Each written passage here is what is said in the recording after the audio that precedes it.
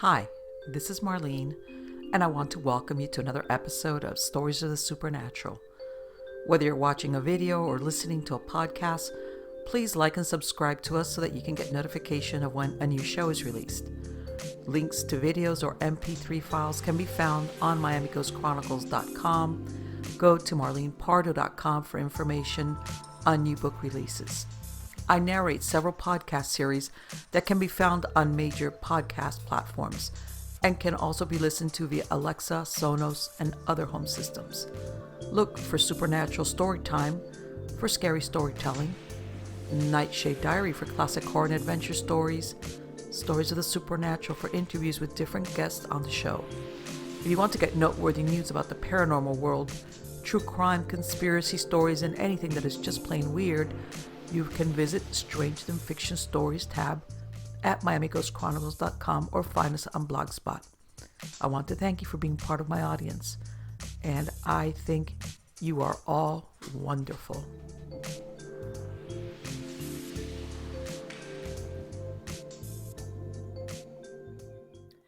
Hi, everybody. This is Marlene with Miami Ghost Chronicles, Stories of the Supernatural. How's everybody doing? Good? Good. That's good. As always, I'm doing good, and everything is great out here. What can I say? Because everybody asks me, what's your adventures on the property? Because every week, something else has happened. Well, let's see. Our chickens are okay. Like I told you before, I've got my guinea hen on some eggs. For any of you that saw one of my previous shows, I did like a short clip of the property, and I have really, really old live oaks. And at the base, these live oaks have these very large roots. And she kind of made herself, I had a piece of wood leaning against it, and she snuck in there and she made this great nest for herself. And she's there. And I've been checking on her because, to be honest with you, I worry about her because she's not in the coop. She's basically out in the property. And as a matter of fact, I checked on her right before. The last time, I know she must have had, I swear, like 20-something eggs at least. I don't know if she can hatch all of them, but she's on them. And I leave food out for her, but she's doing everything that I see when they're going to hatch the eggs. So let's see what happens. I'll keep you guys posted on that. And then my other exciting thing is the other day we had kind of some rough weather. Branch came down because I've got some poles put in my property. It's just very dark out here. This is rural, folks, like dark, like no city lights, dark. So we paid a little bit extra, and we have light poles with those lights that turn on at nightfall. We paid to have those put on the property. People think because of security, and it's just not only the security part. It's just that if we ever go out at night, we won't bust our you-know-what out there because it's very dark out here. So yeah, a branch came down, brought one of the lines down. I was like, oh, but no, the electric company came out right away and fixed it. So we have light back on. As a matter of fact, some of our neighbors are, oh, that lighting is so nice because, of course, besides that, all you had was porch lights, which out here in the middle of the country, when it's very, very dark, doesn't do anything for you at all. But anyway, let's get on to the good part. The good part has to do with who I have as a guest for tonight. And this is a first-time guest at Stories of the Supernatural. His name is Mr. Jim Willis. And Jim is, let me tell you, I told him right before we started recording, he never a dull moment. Let me tell you something. He's a very, very busy man, or like he told me he was.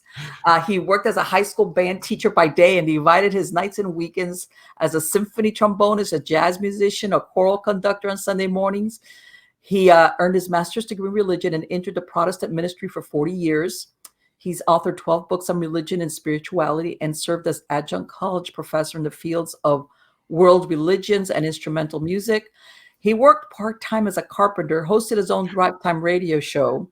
He was a council director and guest lecturer speaking on historical studies to contemporary spirituality. He produced the one-volume encyclopedia of religion titled The Religion Book and Armageddon Now, written with his wife, Barbara. And he's made several cross-country bike trips, which inspired a book trilogy about his experiences. He once retired. He wrote The Dragon Awakes, Rediscovering Earth Energy, Ancient Gods and Supernatural Gods. And his recent books include Lost Civilizations, The Quantum Akashic Field, and Hidden History, Ancient Aliens and the Suppressed Origins of Civilizations. I'd like you to help me welcome him. How are you doing, Tim? Thank you, Marlene. Boy, you made me sound so interesting. Thank you. Oh, man, I was reading that and I was like, did he, what 3 hours sleep? Wow.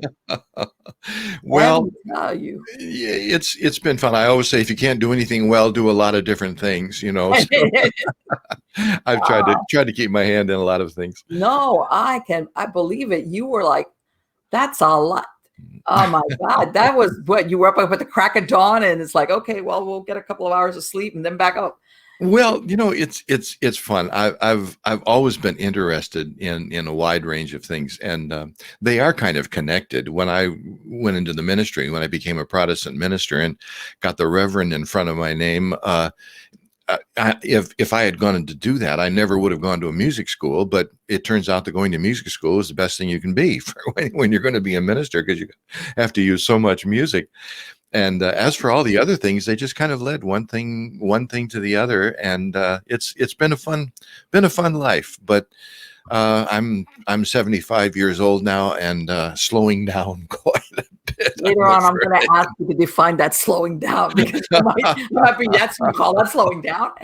But yeah, I understand what you mean as far as, but still, I was like, I used to do long distance biking myself. Not that, really? Not definitely like you. I used to do. I think the longest I did was the the different charities. They would do Sure. those. I was never one of these guys or girls, but I want to say it was mostly guys. I had these ultra light bikes with the helmet and this. I was just happy that I crossed the finish line. But I think it was multiple sclerosis. Had a 2-day, 150-mile trek. That's the longest I ever did. Wow, that's great. Let me tell you, I told everybody that night my nails hurt. I had to take some Tylenol on the way back. It's a trek. The first time I did 100 miles in a day, I was thinking, oh boy, but you get used to it. Of course, back then I was young and foolish. Oh yes, I know. It's a different, but even then, but you look at it like let me tell you something, because you told me that you did some of this. I take it in Florida. Did you do any of the writing in Florida? We spent 5 years in Florida. When I retired from ministry, that was where my last church was. We were just 5 years there. Most of my time has been up in New England. The reason why I'm saying this is that, and for anybody that's ever ridden bikes, like when you look at people either going up those hills, in Florida, the good thing as far as South Florida is it's flat. Yeah, but you're going up one of those bridges that we have, or you're going in against the wind, which is like, oh my God. When I started biking in Florida, one of my big biking loves is to bike rivers. I've done, for instance, the river up, can't even think of the name of the river now, up in New England, that and a couple of other rivers. But when I was down in Florida, I did the length of the bicycle, the length of the St. John's. Really? Florida? Wow. And it was tough, because I know there are no hills to climb, but you don't get a chance to rest either. No downhills. Right. That's what it was hard. You're going at it all the time. So I enjoyed around the St. John's. And then when I retired and came up here, I wanted to do one more river. So I did the Savannah River. Okay. And from the source to the sea, and that was why I had to write a book about that one. So that's my book. They have, just out of curiosity, when you follow that, do they actually have? Are you riding on regular streets? Or do they have bike trails for you guys? No, they're very seldom do they have bike trails. There's a bike trail for a couple of miles along the Savannah. Mostly you have to find your way, and a lot of times you can't even see the river. Sometimes you may be even a mile or two away from it, but you can generally by going back and forth stay fairly close. But it was fun. I really enjoyed it. At least I don't know about you, but for myself personally, I felt a big feeling of accomplishment once I actually finished. And biking can be very meditative, as I'm sure well know. It's kind of a Zen thing. You got the rhythm, and your mind is just free to go. You can't distract yourselves with all kinds of iPhones or anything like that. Oh, no. And so it's It can be very nice. I find it very restful and very meditative. Yeah, so it's great. It's It's true. been very valuable.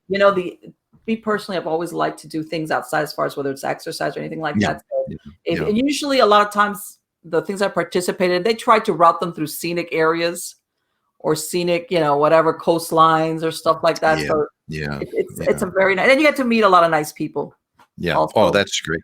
When I did my cross country bike trips from California, from the Pacific to the Atlantic, Okay. I did it years ago, and I've to be honest, I think I experienced the very tail end of something that just doesn't exist anymore because in places you can find it, but a couple of times I've been where I have bicycled before. I've been back visiting or doing a tour or a trip or a speaking tour or something like that, and I'll try to find the roads that I bicycled on with these neat little restaurants and nice little Hmm. family motels along the way and stuff. They seem to be all gone now.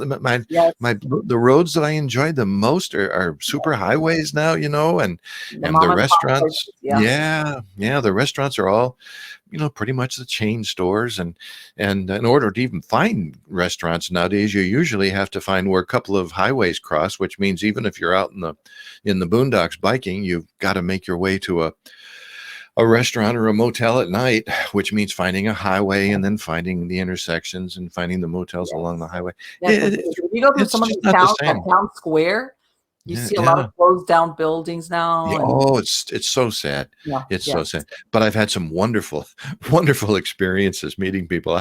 I was I was out in Arizona, and I had out there in those big patches of desert. Sometimes all you can do is follow is ride near where the interstate goes through, and sometimes of course you have to ride on the interstate sometimes in Mhm. Arizona, New Mexico, and I don't like it, but then they shift you off and they go into these little access roads and stuff, and sometimes they can get a little confusing out there. And one of the greatest experiences I had, I was trying to get to Yuma that night, Yuma, Arizona, and I came to this I was totally turned around, lost. I didn't know where. I mean, I kind of knew which direction east and west was, but I didn't know where I was, and I didn't know how to get to Yuma exactly. And I I came across this little uh, small little house out in the middle of nowhere.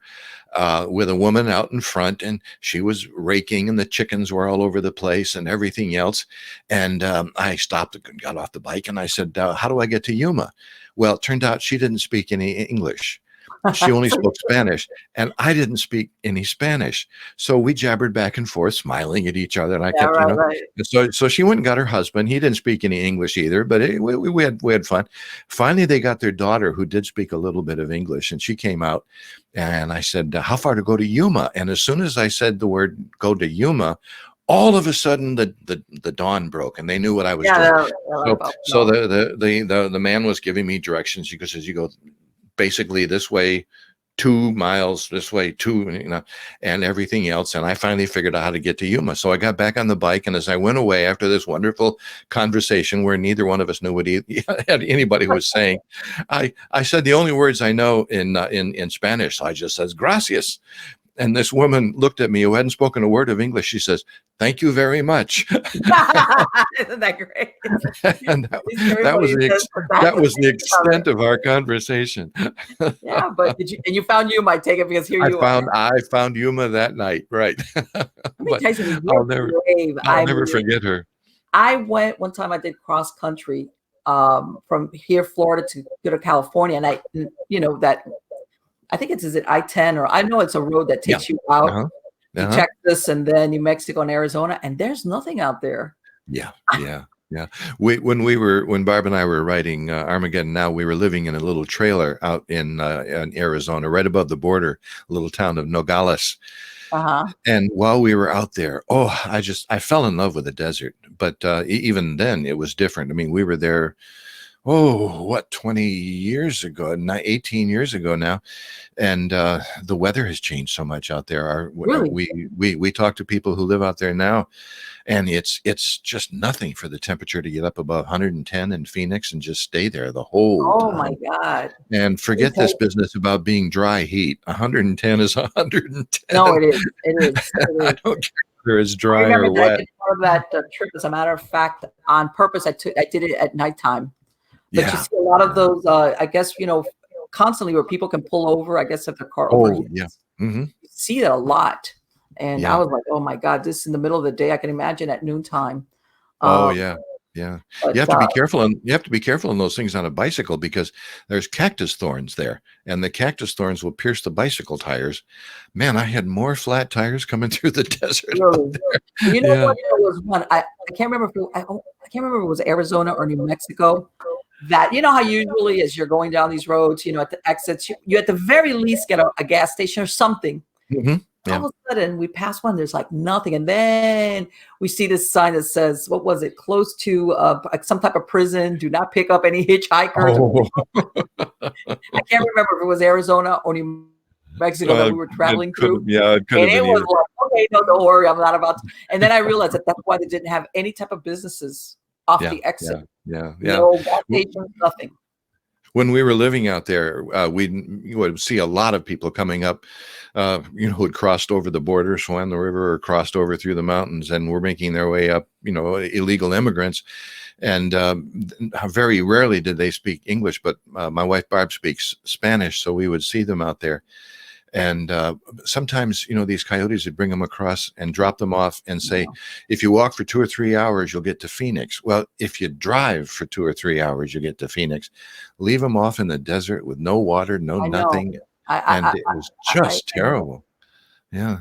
Because I can imagine that without water, and like you said, in that type of temperature, anybody's gonna basically pass out. And I've heard that every once in a while, well, not every once in a while, more often than not, they do come across people that have passed away, and basically they've died of exposure. Mm-hmm. Yeah, that's they let them loose, and it's like, make your way. Yeah, sad to say that happens often. But now And you're in New England, then you're off. You're left all the hot weather and yeah, we left New England to go out to Arizona, and we were out there for a couple of years. Had some wonderful talks while we were doing Armageddon Now, the end of the world, A to Z. We like to call it 500 pages of light reading about all the different ways the world can end. Yeah, well, now I'm going to ask you real quick, because I see that you wrote these books on religion, spirituality. Yeah. And then you did the religion book and the Armageddon. And was there a specific reason or something happened that triggered that you wanted to write this book? Well, it's been a journey. It really has. If you have time, I'll tell you the story, because my first book that I wrote was about bicycling. It's a book called Journey Home. And it was about a bicycle trip I made from Florida, where my folks lived in Sarasota, up to New England. And that book, at the time I wrote that book, I was also teaching. I was a professor of comparative religion, teaching world religions at a college up in Massachusetts. And that book, Journey Home, got into the hands somehow of an editor at Visible Ink. And they were looking for someone who could do a book on religion, and they wanted a kind of an encyclopedia of religion, ABC, and all that kind of thing. And so she called me and asked if I was interested, and of course I said yes. And it worked out very well, because what I did basically was use the syllabus that I had written for my course on different world religions. And I had written a glossary for the students, so they would have, every time they came into school, I would give them 2 or 3 pages of terms that they would use. And so I just kind of really amplified that until out popped the religion book. And after that, Visible Ink asked me to do a kind of a follow-up book, and they asked if I might do something about. At that time, especially, there was a lot of talk about, there were a lot of the end of the world and conspiracy things were starting and everything else. And there was a lot of talk about all the things that can go on.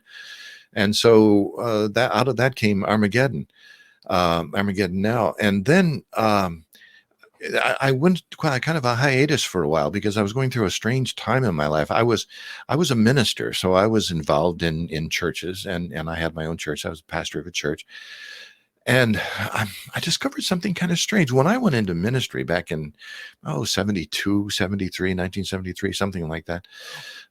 When I went into ministry, I kind of expected, because I had a spiritual bent. I wanted my spiritual questions, or the big questions. Who are we? What's on the other side? Where are we at? And all this kind of stuff. And so I wanted to ask those questions. And I had the misguided idea that somehow, if I was in a church, I would be surrounded by this community of like-minded people, and we'd all be growing together spiritually and everything. And it doesn't work that way. It's a business like everything else. You've always got the next meeting, you've got the next church service, you got the next sermon, you got the next subject of lectures, you've got the next seminar, and always the next, always thinking. And after 40 years of this, when I wound up my ministry in Florida, and I was 62 years old. I was really too young to retire, but I needed to confront this essential reality that I had been preaching about my whole life. I needed to connect with spirit. I was preaching about it and teaching about it, but I wasn't experiencing it. And so I came out here in the woods, and I decided I was going to, take God on. I was going to wrestle with him. I even had a Bible verse in my mind. The Bible verse comes from the book of Genesis, the story of Jacob and Esau, who were two brothers, and Jacob defrauded his brother Esau of the birthright and had to flee for his life. And after a long time, Jacob spent up north in what we now know as Turkey, Anatolia, probably around the same place where Göbekli Tepe is and all that kind of stuff. He finally came back to be reunited with his brother. And the night before they were going to be reunited, Jacob was on one side of the river, Esau was on the other. And Jacob was worried. He didn't know what kind of a greeting he was going to get, and he didn't know what his brother was going to say or do. And so he was pacing back and forth. And it's a strange story about how all of a sudden this being appears to Jacob, and Jacob starts to wrestle with him. And it said they wrestled all night. Now, why? I don't know, but that's what the story says. Okay. And they wrestled all night until finally, as the dawn broke, Jacob realized that he was wrestling with God, according to the story. And Jacob said, "I will not let you go until you bless me." And it was a very, very powerful story. And so finally, Jacob loses the battle, and God puts his hip out of joint and everything else. But Jacob wrestled with God, saying, "I will not let you go until you bless me." And when I retired, 13 years ago now, when I retired and came out here to the woods, that was the verse that was in my mind. I wanted to confront God, and I wanted to say, "I will not let you go until you bless me." And it was really a prayer. I wanted to confront the essential metaphysical, supernatural, paranormal, spirit, whatever we want to call it. And my prayer was answered over the years. It wasn't answered within the confines of Christianity. That's not how it came. It came about through a process that now would probably be called much closer to paganism, to shamanism. But that's where I found that reality. And that verse, and so that's where I came out here, and that's where all the books started and everything else. I have to tell you one follow-up to this story, though, because a couple of years ago, I was asked to go over to Cornwall in the UK and give a seminar over there about the roots of world religions. And so I went over. I flew into London and took the train down and stopped and saw Stonehenge and Salisbury Cathedral, and I met this wonderful group of people down there in Cornwall. But when I finished the seminar, and it was wonderful, successful time. I still have good friends from that time. I decided there was something I had to do. I had to rent a car and drive up to this little town called Fenny Compton, which is up north west of London, because my ancestors used to preach in the old stone church in Fenny Compton. It still stands. It's still being used. They were members of the Church of England, and they were, pastors there, and they would preach in this pulpit and everything else. And so when I got up to Fenny Compton, I stayed at this wonderful little bed and breakfast and had fish and chips and all the rest of the stuff that you do in England. And the next morning I met the town historian who took me into the church, and she let me in, and I was able to stand there where my great, however many great ancestors used to preach. And there was a big plaque on the wall saying Willis and everything else.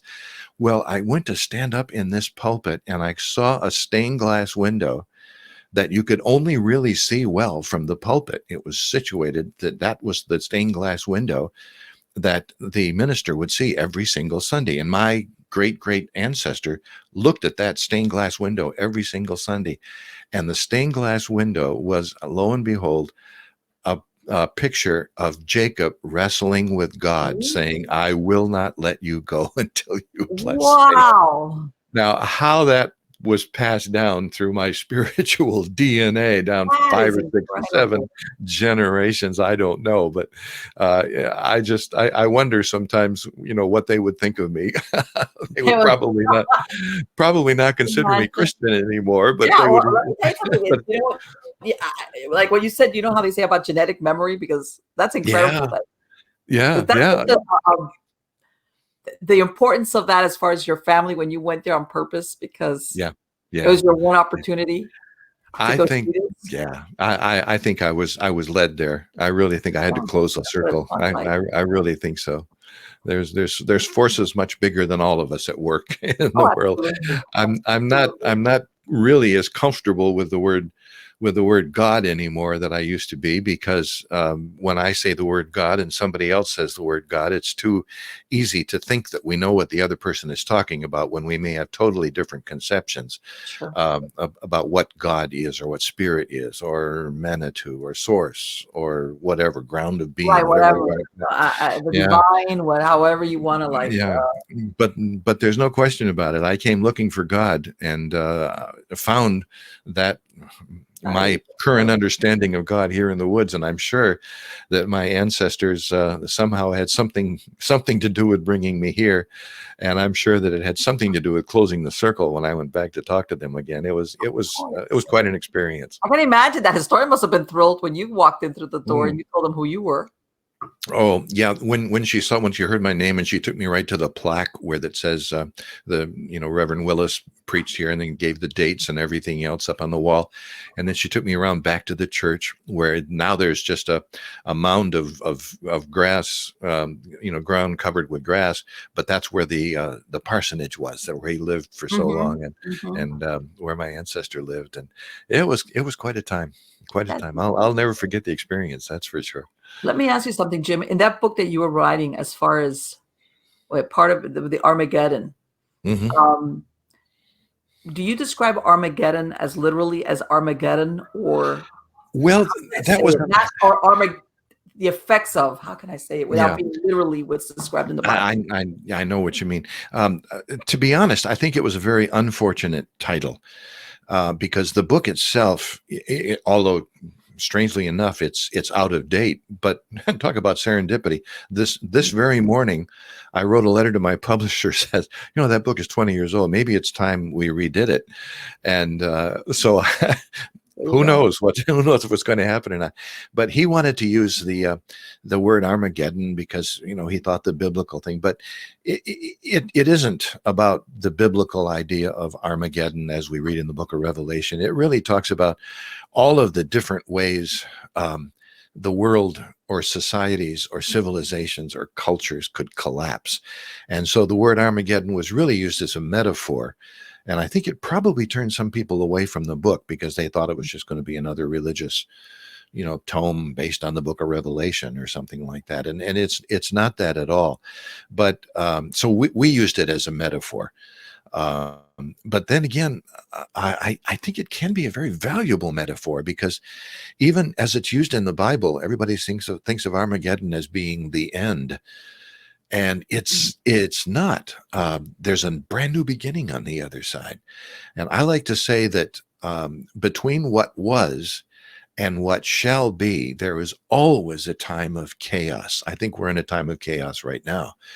Yes. I think what we used to be and what we are going to be is now separated by this chaotic time in which we live, with fire and flood and famine and war and pestilence and pandemic and everything else. Well, I think that everybody, And most humans are resistant to change, even yeah, regular yeah. change.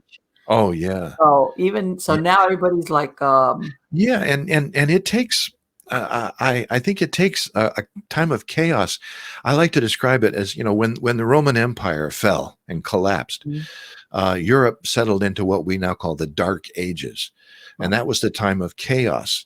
But within the Dark Ages, even there were seeds that were starting to flower until they finally burst forth into bloom in the Enlightenment, Right. uh, and that was that time of chaos. And so I get discouraged like everybody else is with what's going on in the world, right now in these days.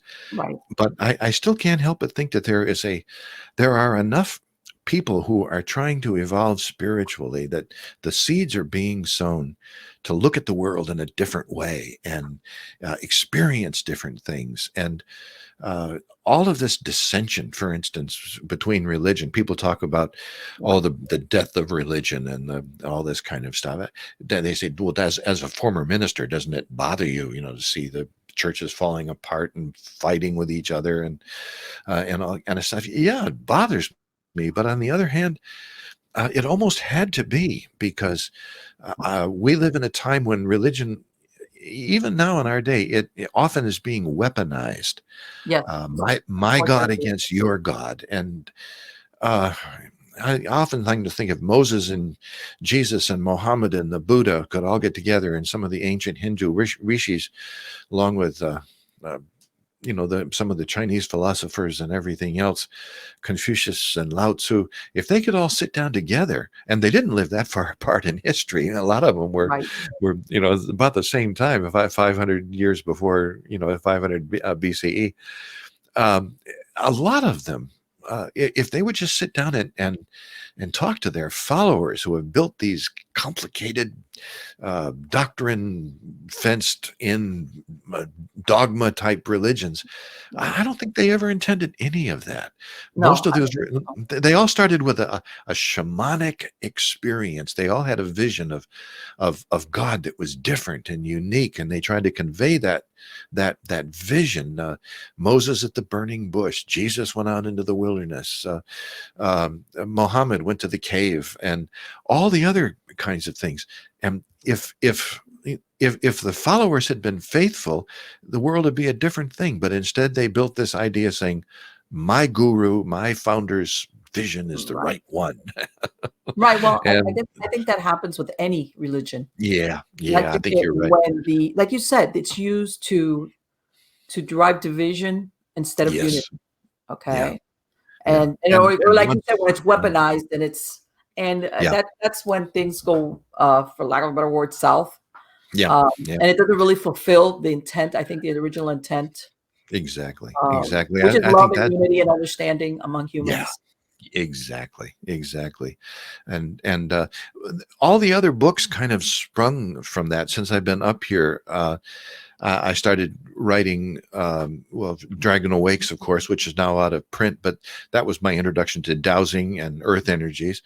And then after that, the publisher wanted a book about lost civilizations, or ancient gods, rather. Mhm. Who were the ancient gods? All the different possibilities of ways of interpreting, um, who who were the ancient gods that these people were writing about. And that led to supernatural gods, and of course that led to Mhm. lost civilizations, and then hidden histories, and then the quantum Akashic field, which is really my only book that is seriously about dowsing. But it's a book that Have you means a always been lot to involved me. with Dowsing, Jim? Or did that come No, about afterwards? no, I didn't believe in it for my whole life. I was up here. I was probably 63 years old, and I had I had never believed in dowsing. I just didn't. I didn't think that that it had any common sense. I was a very left-brain theologian, all my Yeah. life. And I came up here. One morning, I decided, I don't know why, I wanted to learn how to dowse. So and the only kind of dowsing I knew was dowsing for water. So I went down to the local hardware store, and they didn't have any dowsing rods. I can't imagine why the hardware store would, but they didn't have any dowsing rods, but they did have some heavy gauge copper wire.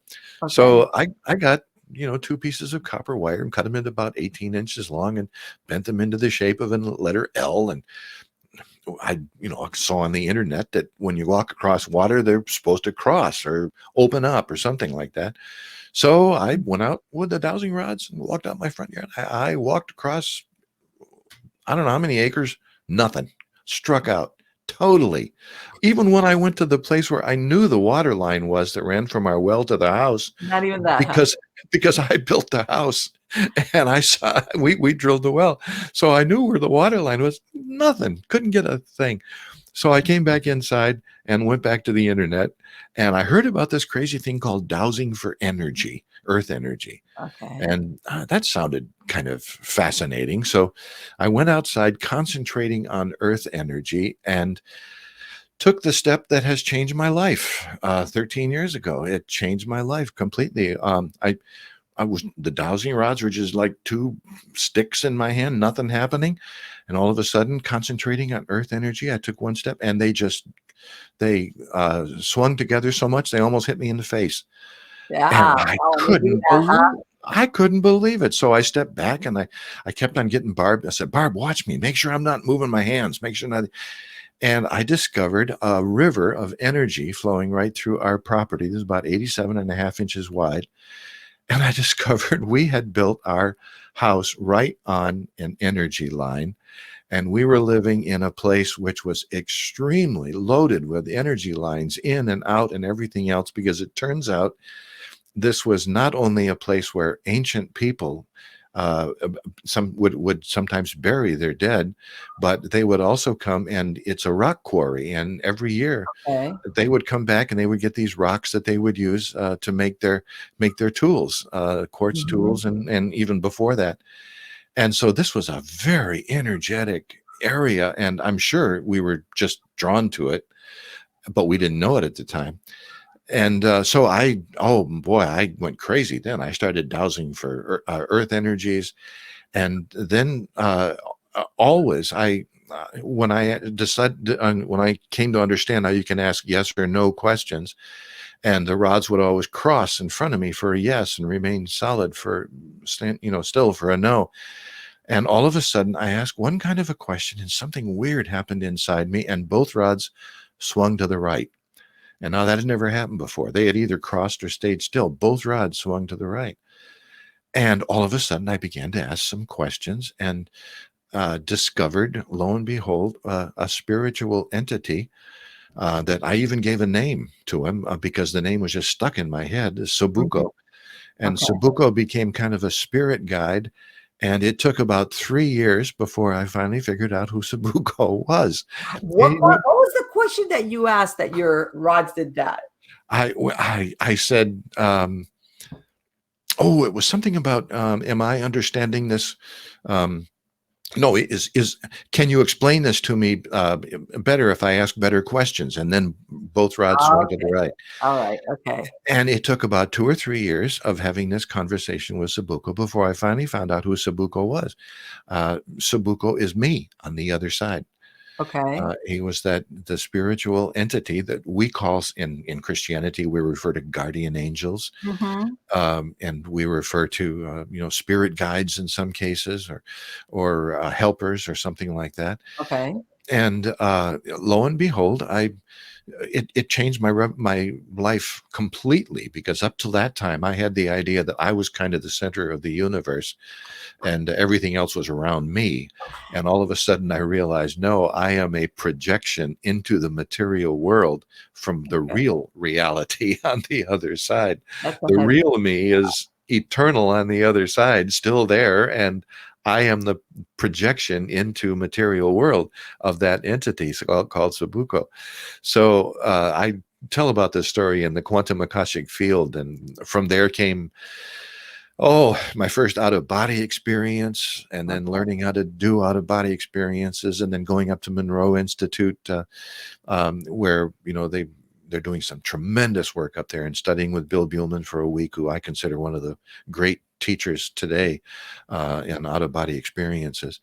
And for a for a conservative Christian minister to all of a sudden turn and change completely, it all happened, and I didn't expect it. It was totally, and it all happened because I said to God, to Spirit, to whatever, I will not let you go until you bless me. And you didn't know what you were asking for. In other words, no, I didn't.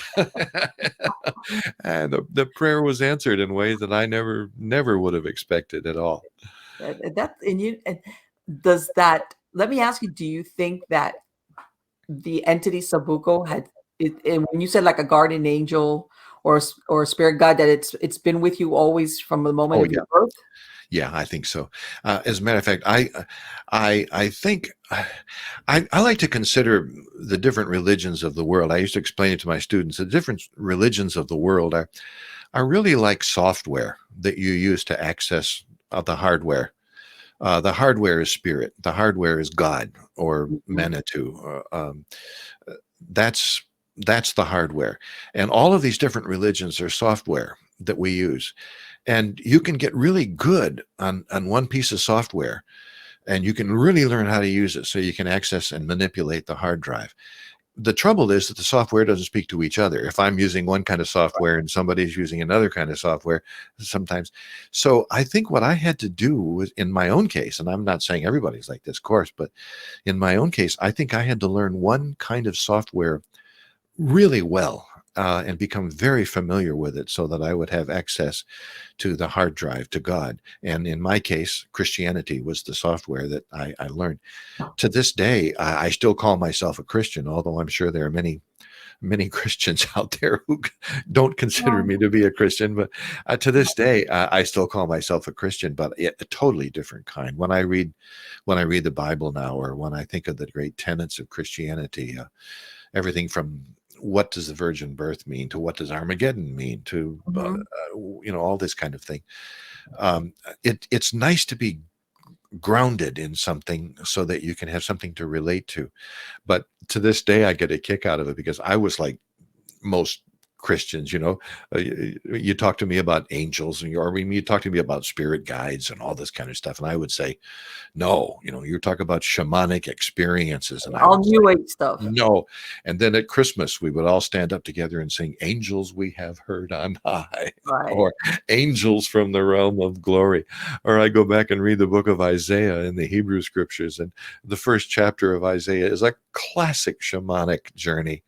Isaiah had a vision, and he actually had an out-of-body experience in terms of pure shamanism, where he went to the other side. He ascended to the upper world, and there he was given a message of healing and a message for the tribe. And then he said, God said, who am I going to send? And Isaiah said, here I am, send me. And he came back.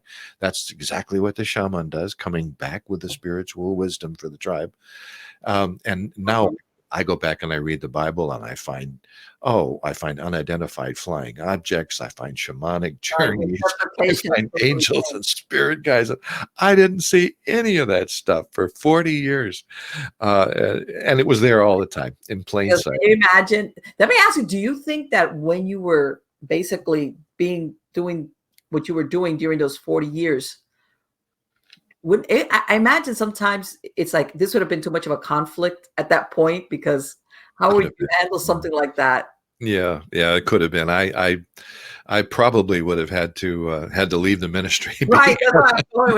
It's like if I didn't leave, I might have been kicked out. That kind of thing. Do you do? And I know you've mentioned shamanism. Anything as far as remote viewing? Yes. Yeah. I haven't had as much experience with specifically with remote viewing as a lot of other people that I've talked to, but it has happened from time to time, and I have been able to find people. It was really interesting because one story, had this very vivid dream, and I'll make it quickly because it's a long Sure. story, but I had a very vivid dream about my father who passed away, and I saw him in my dream coming back. And the dream was very symbolic. He was getting off an airplane carrying a suitcase, and he was coming back basically into his next life. And so I knew that he had been reincarnated, and Mhm. I wanted to find him. And with the dowsing rods and with some intense meditation, I even found the city where he was Really? and was able to actually go there. And he saw me. And there were other adults in the room who did not see me. But you know how kids can sometimes see to the other side when the Yeah. adults don't see them. Yeah. And he saw me and he recognized him. And I was his spirit helper for a while. Right. And I was actually able to locate, when I went outside, I was actually able to locate the street where he was on and find the name of it. And I was actually able to find his name. And when I came back into my body and started doing some research, I was actually able to Google the very street, the name of the street and everything else. And I know what his name is. I know where he was. Sad to say, like most kids by now, this was a couple of years ago, and by now he's been taught by his elders that spirit helpers and Things like imaginary that. Yeah. imaginary friends don't exist. So Mhm. he doesn't see me anymore, and I'm finding it very difficult to see him. But at least I had that experience. It was it That's was a incredible. wonderful experience, and to be able to follow it up, to actually find on a map and Google and see the same thing, Right. It confirms from it for yeah. yourself. Yeah, Does yeah. that. So it makes it was quite an experience. I know that a lot of people, even people who hear me ta tell this. I don't think I've ever told this particular story on the air before, but a lot of people, if I tell them this kind of story, they would just kind of look and smile and say, "Yeah, well, sure," But Yeah. once you have the experience, and once you see it, and once you Yes. follow it up for yourself, I kick myself now because as a minister. So many times I was called in the middle of the night to a hospital room where one of my parishioners was dying, Mhm. and I would be there holding their hand and praying with them while they died. And a number of times, probably a dozen times or more, they would have the experience of actually dying, flatlining, and then coming back. Yes. And the nurses and the doctors would shove me out of the way and everything else. And then after they were back and after they were stabilized, the next day I would have a chance to go and talk to them. And they would tell me these stories about somebody appearing at the bed, at the foot of the bed. It might have been, depending on their religion, it might have been Jesus, or it might have been Moses, or it might have been a figure of light, or it Mhm. might have been a family member, or something like that. I was a minister and I just didn't believe any of that stuff. Now, I didn't argue with them. I didn't say, "Oh Right. You no, just no, thought it you're." was somebody Yeah. that was Yeah, taken I didn't say, "Oh, your brain was just shutting down, the blood was right. shutting." Uh-huh. I didn't do that. But now I'm looking at it and I realize they did see somebody. They had a real out of body or near death experience. And I'm kicking myself that I lost out on the opportunity to learn so much from those people, most of whom are not alive anymore. But uh, and I just, through my own ignorance and through my own hard-heartedness and thick-headedness, I We didn't take hear it, didn't stories take advantage. of these nurses, especially the ones that do that overnight. They Yes. say that once they hear some of their patients Yeah. start Yeah. talking either to deceased Yes. family members, Yep. Yeah. they already know that there's a very good chance that this person is going to pass away very soon. Yeah. Yeah. Yeah. Because they say at nighttime is usually when things slow down, Yep. Yep. and I've even had nurses tell me that they, going into a dim room, they can actually see something leaving the body when that time comes. yes, It's phenomenal. Just phenomenal to me. right, and they say, you can't, and they say this is, we've seen this happen even with people, because you can say, well, if it's an elderly person or they have dementia, well, it's just um, a symptom, but they've seen it happen with younger people that are Yeah. in there sometimes have a serious health problem or whatever, Hmm. and they some of them have even had visuals, like you said, they've walked into a hospital room and they've actually seen like an outline of somebody there, and Mhm. then that person has talked or said, I saw so and Yeah. so. Yeah. Um, And and it's heartbreaking the number of people who have had this experience and are afraid to tell anybody because they don't want to get laughed at, you know. oh no, no, no, no, no, no. Just Uh, a shame. a lot of times it's like, they just like keep it to themselves. It kind of circulates among themselves. And Mhm. I've even heard of some doctors that they have those couple of nurses that they know these are my, like, for lack of a better word, those are my divining rods. Yeah. Because when they tell Yeah. me, hey, take a Yeah. look, keep an eye on so and so Yeah. because of this, they're like, they Mhm. pay attention to it. Yeah. Yeah. Because there's always a couple in the crowd that are really attuned as to what's going on with patients, Right. even Right. even if they seem to sometimes even look to be improving. Yeah. Yeah. Yeah. Then And when people talk like this, they say, "Oh, this is well, it used to be this is new age or this is something different." Um, for the vast majority of time that humans have been on this earth, this has been taken for granted. It's really only been in the last couple of hundred, 2, 3, 400 years, may at the most, that this kind of thinking has become pushed out and the intellectual side came in. It used to be that people would have these experiences all the time. You go back to ancient Ireland or even Ireland of 500 years ago, Mhm. or in some places of Ireland or Scotland even today, where you got people telling stories about they just call them by different names. Leprechauns Right. or or fairies or whatever. For most of the time humans have been on this planet, this was just accepted. People saw But it. it almost makes you think though, and I'm going to say, when I say organized religion, I mean organized religion regardless of Yeah, denomination. sure, But sure. it's almost like they become jealous of when a Yeah, human being divides their attention or their belief yeah, to something yeah, that's not in their purview. It's like, no, no, yeah, no, that's bad, or that's yeah, devil related to the devil. This is where you need to give all your religious or your intent towards. yeah, yeah, yeah, Um, yeah. This is so common, and it's a central tenet of my last book is called Censoring God. It's about mm, the books that didn't make the cut when the Bible was put together.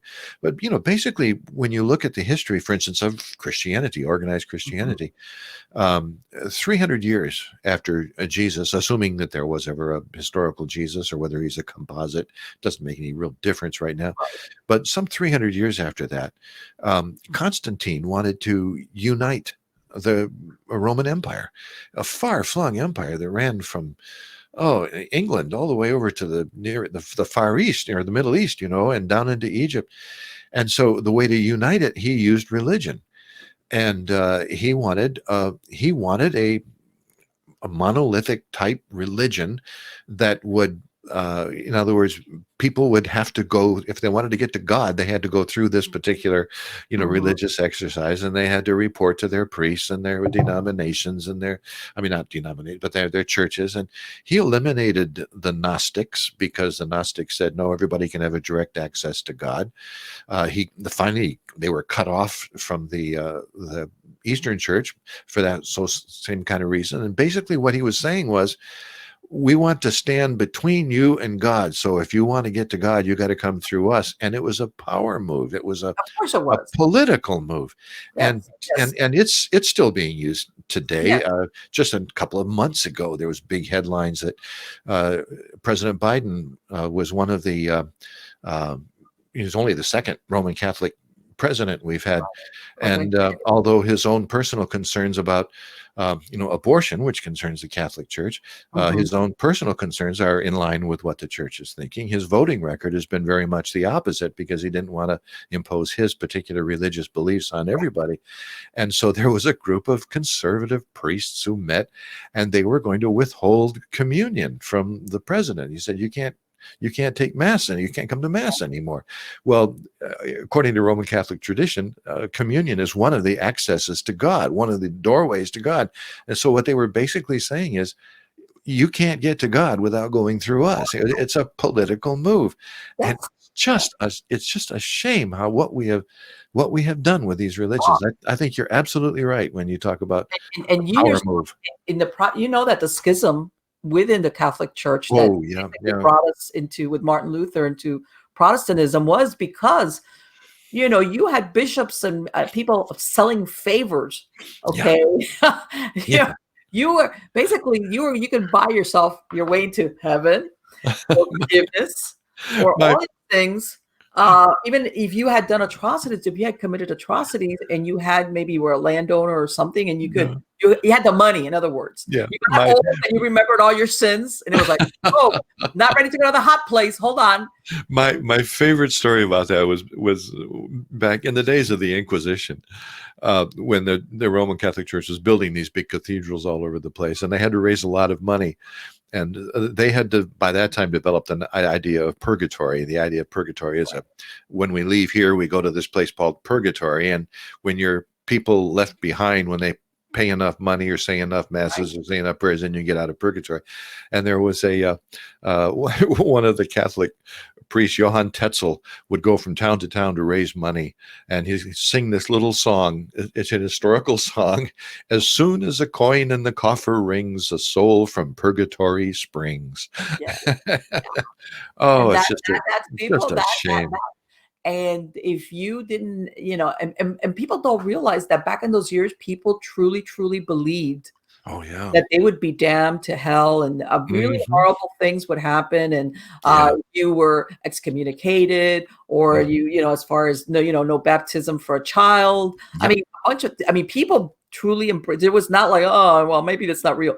They truly believed all of this. So they basically had a very powerful hold on the population. Yeah. As far as that, your soul was in peril. Yep. I believed it. How can I tell you that? Yeah, and it was much more political than spiritual, and it's just a shame, just a tragedy.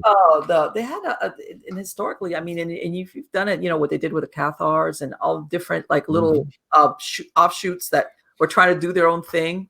Yes. And if you presented any type of challenge to, you want to say, the Vatican or the established, they kind of snuffed you out really quick. Yep. And it's we see it in Israel right now, in Judaism, the schism between the conservative and the liberal, and the using religion, and we see it especially, of course, in Islam right now. All you have to do is look at Afghanistan and Sharia law and all the rest. It's just a terrible thing that we have done with something that was originally a beautiful new way of understanding spirit. And exactly. The intent, you can see the intent, and then of course it gets massaged. Yes. It's a nice word. It's massaged for somebody's personal gain, and it's not. But you, in one of your books, you talk about ancient civilizations and aliens. Do you, without knowing the contents of the book, do you believe then that we've had alien contact starting with ancient civilizations? Oh yeah, I think so. I think we've been visited in the past, not only by other beings who are from this galaxy, from this particular place, but also I think from other dimensions. I think we are being watched. Yeah. So you think, as far as, and I've discussed this sometimes with other people, as far as, because we always originally thought of extraterrestrials as in coming on a spaceship, like light year travel, but then we think of, are we talking or intradimensional travel? Exactly. Versus, I've traveled to different dimensions in out-of-body experiences. Now, if I can do it, why can't they do it? And people talk about, well, there can't be aliens visiting Earth because of the physics involved. Well, I think there's ways to move around that are not necessarily subject to the physical laws that we have discovered. Or they have some type of apparatus or something, or a pill they take that it's hard to. I cannot remember right now who the author was on it. It was a sci-fi. It was a short story, a sci-fi. And to me, it was like, this makes a lot of sense. And it's a mission that goes to this distant planet, and it's a very inhospitable planet. And I believe there was like 3 people left, and one of them, they had some type of contraption that basically would allow you to exist in that terrain, whatever it was. It would acclimate you and make you be able to go out there without the spacesuit and all that. Yeah. So they send Yeah. the first guy out. He never comes back. They're starting to Yeah. get worried something. The second one goes out in search of him. He doesn't come back. The third one finally is like, he's ready to leave because he's thinking he's lost his two companions. What it turns out is that after they would go through this process, and of course, this is the very, very abridged version of that short story. What happened is that what seemed to them as human beings, as a very inhospitable planet, was harsh. Once they got transformed by this machinery, of course, it's a sci-fi story, it was a beautiful place. Yeah. So for all we know, they have one of those where they like, and it's all good being on Earth. Yeah, it's the craziest thing. We talk about these things, and it used to be that if you talked about in other dimensions and cross country and entanglement and all these kinds of, it used to be that if you did that, you were considered one of those far out types. The people who are talking that way now are the physicists. They're the ones talking about the multiverse. They're the ones talking about entanglement, what Einstein called spooky action at a distance. They're the ones that are talking about time travel, and it's an exciting time to live, because I think what we're seeing is the spiritual and the physical, the science and religion, or science and spirituality, coming together in one road now, and we're just using different language, but we're talking about the same thing. And I think we're beginning to understand with our mathematical equations and things like that, we're beginning to understand with the intellect what the ancients used to interpret through their spirit. And it can be an exciting time if we just open up and let it go. Well, I think a lot of people sometimes they confuse being religious with being spiritual. Yeah. And I think a lot of people, they would not consider themselves religious per se, but they are very spiritual. In other words, their spirituality is important to them. They just might not want to do it within the confines of a certain religion per se. Yeah. But spiritual. And it's not like they've just totally, hey, it's only what I can see and touch, and that's it. And they're not agnostic or anything like that. They do totally believe it, if you want to call it a divine being, a creator, whatever you want to title it. It's just that they believe the way they want to believe, which to me is fine. Because usually if you're that type of person, you have a really hard time, I would say, hurting another human being. It doesn't, in other words, and this might be Marlene being generalized, if you have that within yourself, you believe in creation, not destruction per se. You see what I'm saying? Your intent is always to create, not to destroy. And so sometimes I agree with you. I think it's just a shifting around with a lot of the the underpinnings of, I don't want to say civilizations, but in a way our civilization overall. Sure. Dramatic shifts. Yeah. And I don't know if it's going to happen in my lifetime or not, but I think we're going to see a real quantum leap forward, and I think we have to. I think we're approaching a very, very critical point in human history where we can either destroy ourselves or save ourselves. Hopefully. Jim, do you think that we're ever going to have, and I'm glad you brought that up because I say it in my lifetime, it's like that they're ever actually going to have an official disclosure as to the existence of extraterrestrials or our contact as in modern humans with extraterrestrials? Oh, I think so. I that's my personal belief. People talk about we're being watched, and I kind of agree with that. We're being watched and tried. In right now, if we were able to take our own brand of hate and warfare and everything else out there into the galaxy or into other dimensions, it would be a terrible thing. We would just take our human failings with us. And I think we are being watched to see. And I think this has happened in the past too, for earlier civilizations. They would reach a certain point and they had to make a decision. Are we going to save ourselves or destroy ourselves? And if the choice is made to save ourselves and to act on our best nature, our better nature, rather than all the other stuff, then all of a sudden we become worthy to continue. Otherwise, we're not. And so the decision is not going to be made, I don't think, by an entity from outside. I think it's something that we're going to have to, if we're going to look for a savior, it's got to be within the human heart. Oh, I'm so glad you brought that up, because I hear so many people hearing that they think the ETs are going to save us. And it's like, I think you need to realize that it's Yeah. all about us. Yeah. You Yeah. know, We have to prove ourselves. We have to graduate. So yes. What would you know, you hear about the 30-year-old that's still living at home in the basement, or it's yeah. okay. We need to like get on out and do our thing. Oh, I'm seeing all kinds of strange things happen to the screen. Does that No, mean you were sometimes you were slowing down, you were coming in oh a little bit choppy. So I was trying to like okay. I see. for a minute there, Yeah, I was like, oh my God, I lost him, and it's blinked out on me a couple of times. I didn't know. I know that I didn't know what our time was here, and I thought maybe something No, was don't worry starting to about that. say. Don't worry. I got that under control. But anyway, I wanted to thank you, Jim, for joining us. It has been great. Oh, thank you. Thank you. Are It's you going to be good to be writing with you, Marlene. It has been absolutely fantastic. Are you going to be writing a new book, or are you just going to go back and revise your older one? No, I am. I just finished my first audiobook. We're in the midst of final Yeah. production right now, which is my first work of fiction. It's called The Wizard in the Wood.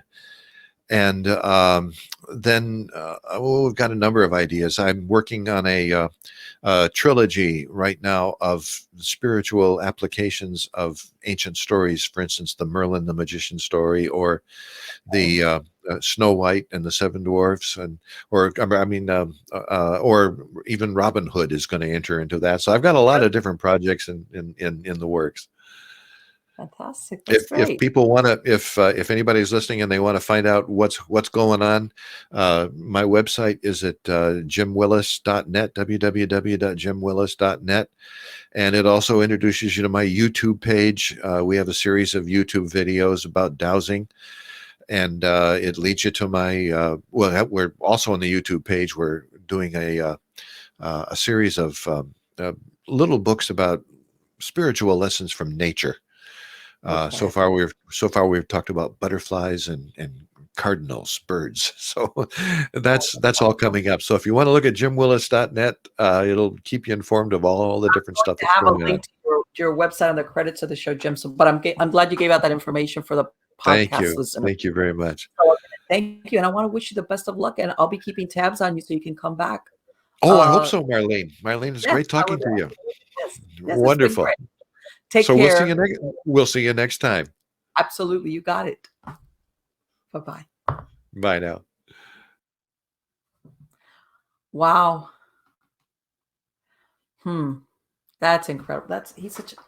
Let me tell you that I was so thrilled to find somebody to bring a guest that was a dowser, because I'm a dowser. Over there, you can't see them because they're hung on my closet door. I have my bag and I have my what they call L rods. They're very basic. And I've used them for dowsing. And even when I was doing paranormal work, I would do the dowsing. Sometimes to either locate energy fields, sometimes even portals. I've used them with communications with entities. The thing is that with the dowsing, as far as the rods, you're kind of limited, because you can, for example, you can only ask kind of questions like yes or no.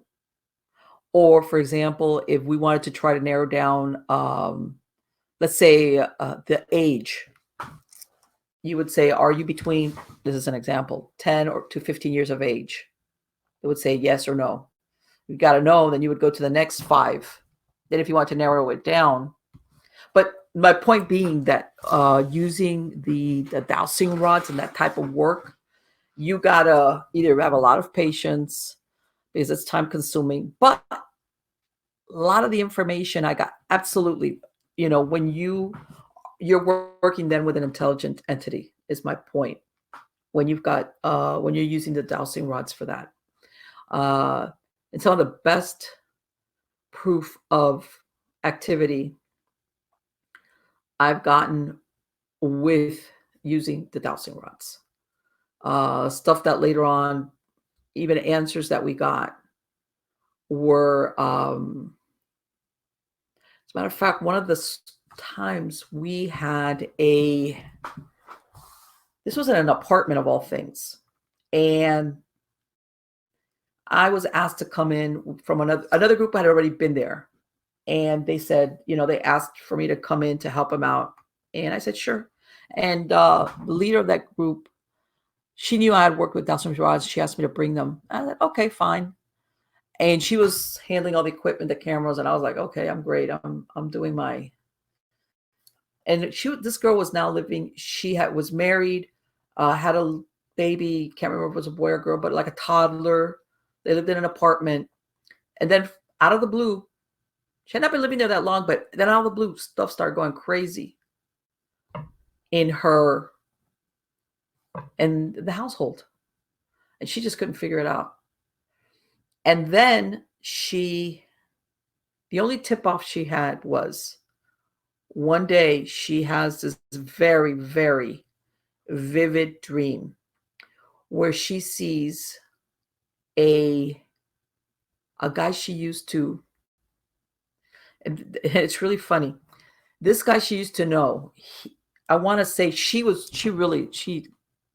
him, but I want to say he was involved with somebody else. It was one of those things where, people meet and there's that chemistry and then just don't connect. They don't, I think he was already in a relationship. One of those where for different reasons, he ships off to war. I want to say this was back. I want to say it was early 2000s. So I think it was Afghanistan. I want to say bottom line, he went off to Afghanistan and he got killed. He got killed in Afghanistan. And, once he left, she kind of lost touch with him. They traded letters a couple of times, but then, she did her thing.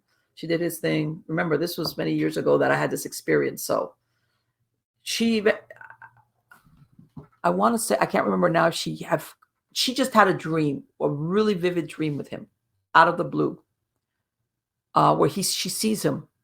And I think this was, if I remember correctly, this was the one time that she kind of like wondered, because she says, after we lost touch and time passed, I really didn't think about him. I never dreamt about him. And she says it was such a vivid dream that I think this was along the time that she started trying to find out if something had happened to him. Okay. And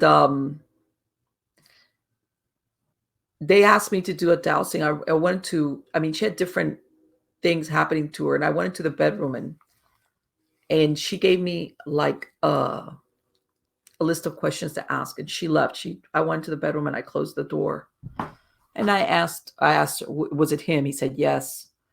I asked, do you have this type of car? It was like, is it this car or this car? And basically it took like an hour. So I came out and I said, well, whoever's in there, this is what they told me. Basically, he gave all the right information about his name, gave the right information about the last car that she knew that he had, gave all the right information about things I had no idea. In other words, if anybody's thinking, okay, Marlene, you were maneuvering these dowsing rods subconsciously, or you were picking this information out of your subconscious mind, I had no idea anything whatsoever about this guy that ended up getting killed. And basically the story was, he almost wanted, besides saying like a last goodbye, all these people, her and him, they were in their 20s, they were young, was this regret, because it was almost like you were the one that I was meant to be. And I'm sorry that and almost like, that thing of like, I could kick myself for not being with you. In other words, part of what the thing was that he couldn't get over the fact that he lost his chance to be with her, for them and her to be together, because he stayed with that person, he went off and he got killed. That's it. She's alive. She has a child. She married somebody else. But in other words, if for lack of a better word, it was almost like he was hanging out a little bit because of regret. Regret, like I should have done this. I should have been with you. And now I know I never can be. So we kind of did, like, later on, we did like a conversation with him. But we kind of told her, I said, look, we could tell him this and everything, but it's never going to be the same as in you telling him this yourself. Because he knew he was dead. In other words, this was not a spirit that was caught up thinking, I'm still alive. This was somebody that knew that they were dead, but was just filled with this regret over, missed opportunities, who knows, things. And let's face it, when you are in your 20s, even I imagine, even if you go to war, you're thinking you're going to live forever, or you still have time to do whatever it is that you want to do. Maybe you go off and you realize, man, that girl could have been my one true love, but here I am now, and I'm worlds away. But when I get back, or when I do, I'm going to do this, or I'm going to look her up, or I'm going to see a way of finding her. And the next thing you know, you're dead. You've been killed. And this is what happened to this guy. So basically we told her, you need to, every time you feel him around you, because she kept feeling him a lot in the bedroom, which was a problem. I said, you need to tell him, look, you're dead, and I'm sorry this happened to you, but you need to go into the light. And we told her, you gotta repeat it. He's gonna let go eventually, but it's not the same as when it comes from you, because you are his anchor to this thing that's keeping him from moving on. And it's really funny because in reality, they never had this torrid romance that went nowhere. But it was one of these things that for some reason tied him, that moment of regret that he could never undo. And the girl in the other group, which was the one that she had was the point of origin as far as communications between them, followed up with her. And she said that little by little, it started to lessen. And as far as this feeling of him around, she says it wasn't right away, but little by little by little. Then she says towards the end that it had kind of decreased to almost nothing. I believe they bought a house and they moved out. They moved out of the apartment. But she was, this girl was really going, she's pulling her hair out at the beginning, because at the beginning she had no idea where the origin of this was. She had been living happily in this apartment for a while, and all of a sudden it started up. And her first tip off was that vivid dream that she had with somebody that she hadn't seen in a few years. That it was him. She says she couldn't make head or tails, and she didn't know what to do. Oh, and another thing, that these things only used to happen when she was alone at home with a baby. In other words, when her husband was home, she was like, man, I didn't want to be telling him all this stuff because I don't want him to think I'm going crazy. So it puts a person in a real jam when you're the only one experiencing this. And I've talked to enough people that this is exactly what happens to them. So yeah, it was an interesting, as far as the dowsing rods, I used the dowsing rods on that. It was very successful. So guys, I hope you like the show with Jim Willis. I urge you to go to his website. You can look up as far as any of his projects, his written works, also his things that he's got, working on. You could tell this is a gentleman that had, after 40 years of basically living his religious life one way, he recognized, man, I was kind of limiting myself here. I was wrong, or limiting, that's the only way I can think of it. So I'm sure he has a lot of insight into the books that he's written.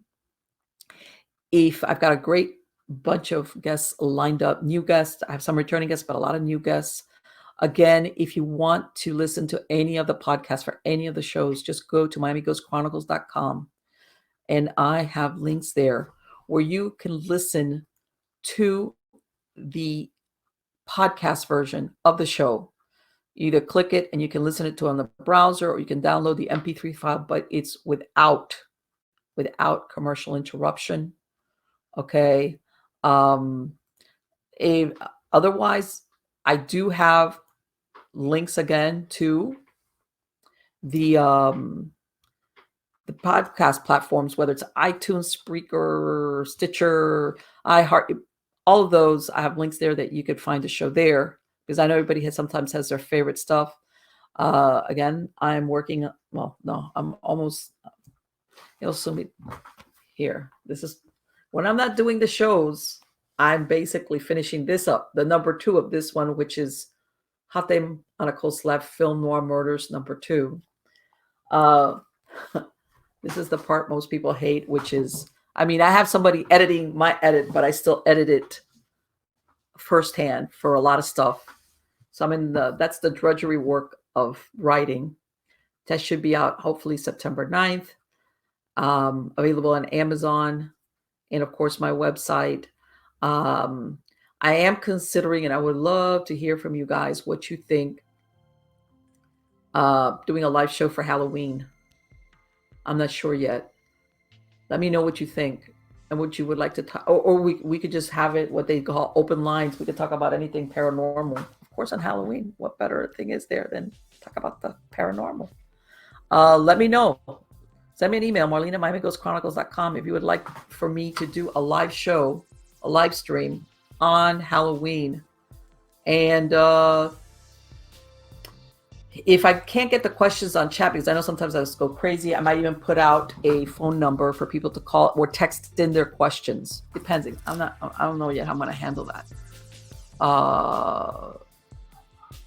So something to think about, but I'm open to ideas and suggestions. marlene@miamighostchronicles.com. And again, you can go to nightshadediary.com. That's my website for the podcast series, which I do a lot of the I narrate a lot of the old time stories from Weird Tales, Lovecraft, you name it. There's a lot of people that really like those.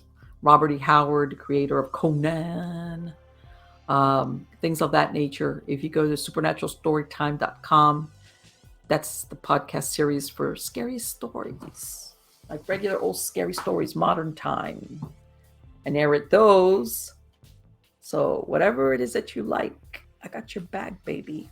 So guys, thank you so much for being part of my audience. You are all absolutely wonderful. And please come back next week and let's spend some time together. Take care.